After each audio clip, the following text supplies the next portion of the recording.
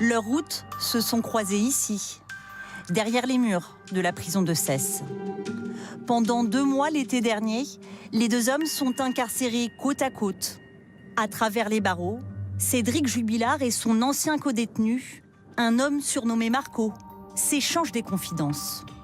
Nous avons pu consulter le procès-verbal d'audition de Marco. Voici les aveux qu'il affirme avoir obtenus.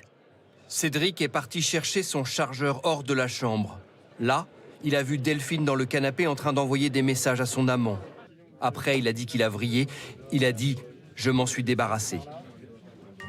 Ces confidences, Marco dit les avoir recueillies à 7 ou 8 reprises. L'ancien codétenu va même plus loin. Il affirme être missionné par Cédric Jubilard pour déplacer le corps de sa femme. Le Corse de 37 ans, au lourd passé criminel, s'apprête à sortir de prison. Cédric Jubilard lui a remis une lettre et ce code. Marco doit les transmettre à la nouvelle compagne de Cédric Jubilard. Elle est supposée lui indiquer l'endroit où l'infirmière disparue serait enterrée, selon l'ancien détenu. L'enquête s'accélère. La compagne de Cédric Jubilard est placée en garde à vue pour recel de cadavres. 36 heures plus tard, elle ressort, blanchie. Cédric Jubilard parle, lui, d'une plaisanterie faite à son voisin de cellule. Les magistrates l'interrogent. Vous lui avez confié vos craintes sur les risques que le corps remonte en raison de la mauvaise météo, car vous n'aviez pas enterré le corps assez profondément. Qu'avez-vous à dire?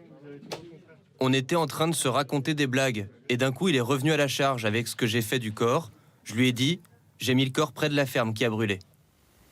Une ferme à moins de 2 km du domicile familial.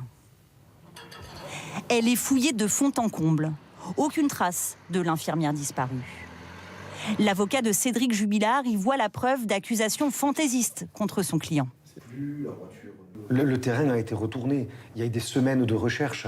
Donc, s'il lui avait dit quelque chose qui relevait d'une once de vérité, eh peut-être qu'ils auraient trouvé quelque chose à ce moment-là.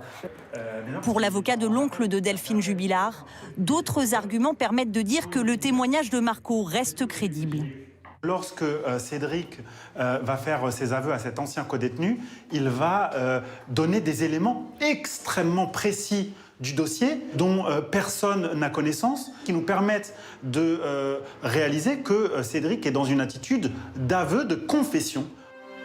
Où se trouve la vérité entre les accusations de l'ancien codétenu et la version de Cédric Jubilard? 5 prisonniers susceptibles d'avoir entendu ces aveux présumés ont été interrogés. 2 confirment les avoir entendus.